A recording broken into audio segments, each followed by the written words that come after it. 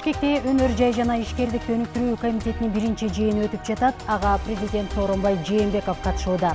Экономикага бирден бир олуттуу киреше алып келе турган жеңил өнөр жайы 2018-жылы өлкө казынасына 127 миллион сомдон ашуун салык төккөн.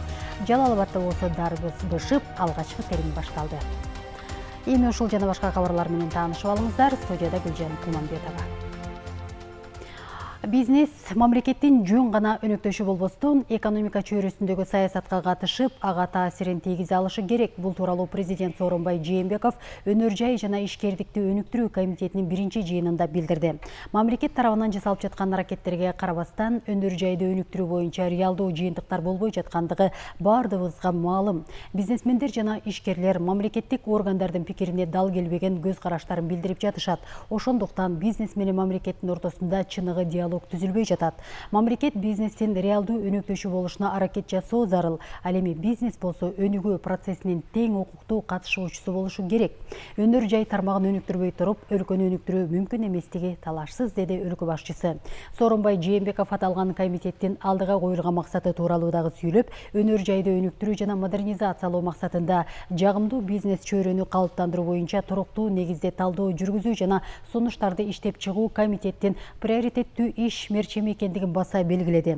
Санарип технологияларды киргизүүнүн эсебинен экономиканын структурасы өзгөрүп, жаңы товарлар гана эмес, таптакыр жаңы экономиканын тармактары пайда болууда. Электрондук соода жана акылдуу логистика аркылуу чыгарылган продукциянын наркы кыйла төмөндөп жатат, деди президент. Мамлекет башчысы ошондой эле Евразиялык экономикалык биримдиктин алкагында биздин өндүрүүчүлөр биримдиктин ишкерлери менен кооперация түзүп, тең ата болуп иштөөсү керектигин айтты. Комторду эске албаганда, мамлекеттик бюджетке тоо кен тармагындагы ишканалардан түшкөн киреше болгону 2 миллиард сомдон ашпайт. Демек, өнөр жайдын дээрлик жарымына барабар болгон көлөмдө башка өндүрүштөр менен ордун толуктоо маселеси турат. Алтын казуудагы өзгөрүүлөр, мисалы алтынга болгон баа, өндүрүү технологиялары, саясий процесстер, табигый катаклизмдер биздин өнөр жайды дароо артка тартат. Ошондуктан өкмөт өлкөнү алтын казуудан түз көз каранды болуп калуу тобокелдигинен арылта турган концепцияга өтүүсү керек, деди Сооронбай Жээнбеков. Ошондой эле жалпы өнөр жайды өнүктүрүү стратегиясын иштеп чыгуу зарыл экендигин өлкө башчысы белгиледи.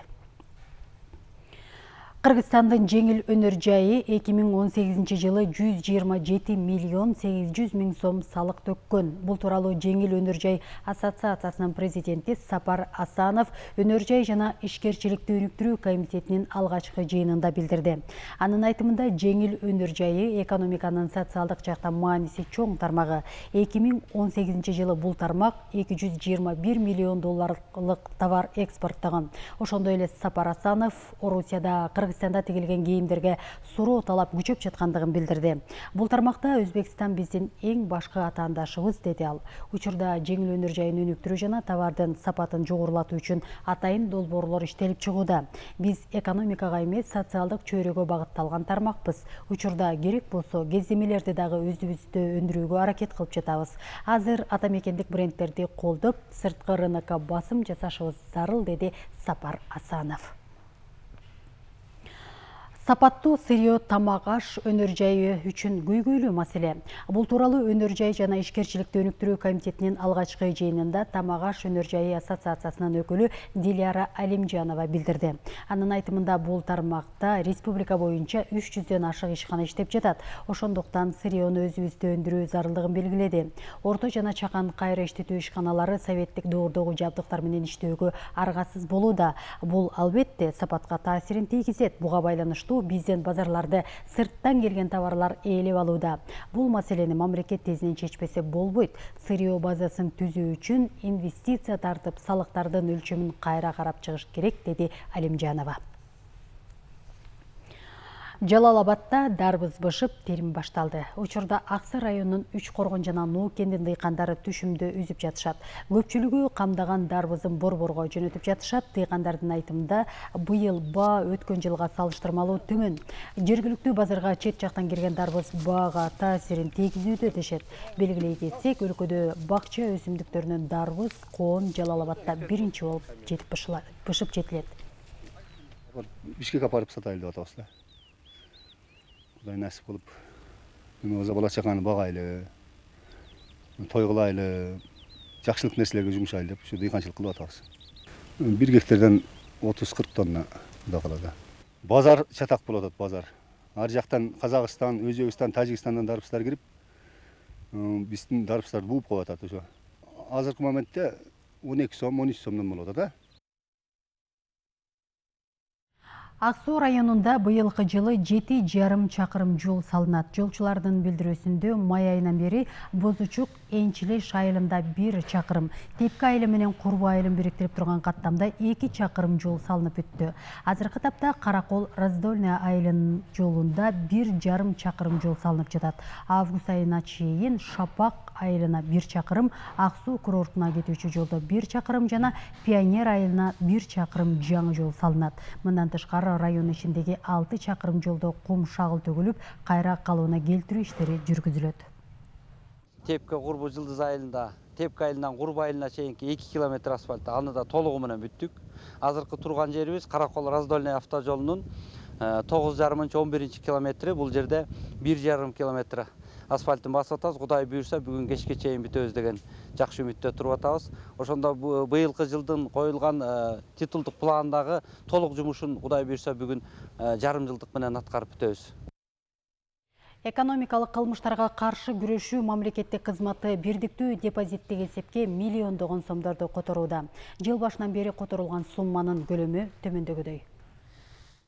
Экономикалык кылмыштарга каршы күрөшүү мамлекеттик кызматы бирдиктүү депозиттик эсепке 8,633,465 сом которду. Ушун менен каржы полициясы аталган эсепке жалпысынан 717,475,057 сом чегерди. Ошондой эле каржы полициясы казначылык органдар аркылуу 188 миллион сом өлчөмүндөгү мурда төлөнбөй келген салык карыздарын өндүрдү. Ошондо 2019 жылдын башынан бери казначылыктын аймактык бөлүмү аркылуу жалпы 1 миллиард 702 миллион сом которулду. Кыргызстанда биринчи жолу эгиздер фестивалы өттү. Анда эгиз жана 3 эм баласы бар 200дөн ашык үй-бүлө катышты. Кененирээк Жазгүл Бактыбек кызынын материалында. Атыңар ким?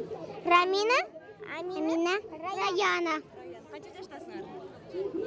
5тесиңер. Бала бакыт, бала өмүрдүн гүлү. Борбор калаада жаш энелердин уюштуруусунда эгиздердин уникалдуу фестивалы өттү. Анда 200дөн ашуун эгиз, 3 жана 4 эм балдары бар үй-бүлөлөр катышты. Ырчы бийчилердин коштоосунда майрамдык маанайдагы концерт өтүп, анда балдарга ар кандай оюндар уюштурулуп, белектер таратылды. Майрамдын максаты өзү ата-энелерди эгиз балдары бар, 3 эм балдары бар, 4 эм балдары бар энелерди, аталарды чогултуп, бир майрам уюштурайлы дегенбиз. Бири-бириз менен тыгыз байланышта болуп, сүйлөшүп, тажрыйба менен алмашып, ошондой максатта уюштурдук. Ар бир бала өз ырыскысы менен төрөлөт. Мамбетовдордун үй-бүлөсүндө 6 бала бар. Алардын 3-өө эгиздер. Тагыраагы 2-өөсү кыз, 1-өө уул. Бул майрамды азыр эми техниканын өнкөн WhatsApp аркылуу улам келип атты, келип катышасыңарбы деп. Ошол аркылуу эле билип келип калдык. Ата катары кандай экен, сизге оор болуп атса керек негизи? Эми чоңойгуча оор эле болду. Ушул убакка чейин 6 балабыз бар. Бул 6-да. Азыр да бир кыз келбей калды, чоң апасына. Ошо эми жашап атабыз Кудай деп. Бүгүнкү эми балдардын баарынын эле ден соолук, өмүрлөрү узун болсун. Ушул жакта келген 3 эм, 2 эм, 2 эгиздер да келишти. Жакшы бүгүнкү күндө майрам уюштургандарыңарга чоң рахмат. Эгиздер фестивали жаш энелер тарабынан демилгеленген. Бул энелердин тобу 2018 жылдын 5-июлунда түзүлүп, ага алгач 5 эне мүчө болчу. Бара-бара топтун кулачы кеңейип, азыр 200гө жакын жаш эне ушундай майрамдык иш-чараларды колдоого алды. Жылда ушундай майрамды өткөрөбүз деп ушундай ойлор бар. Жылда биринчисинде кыйынчылыктар болду.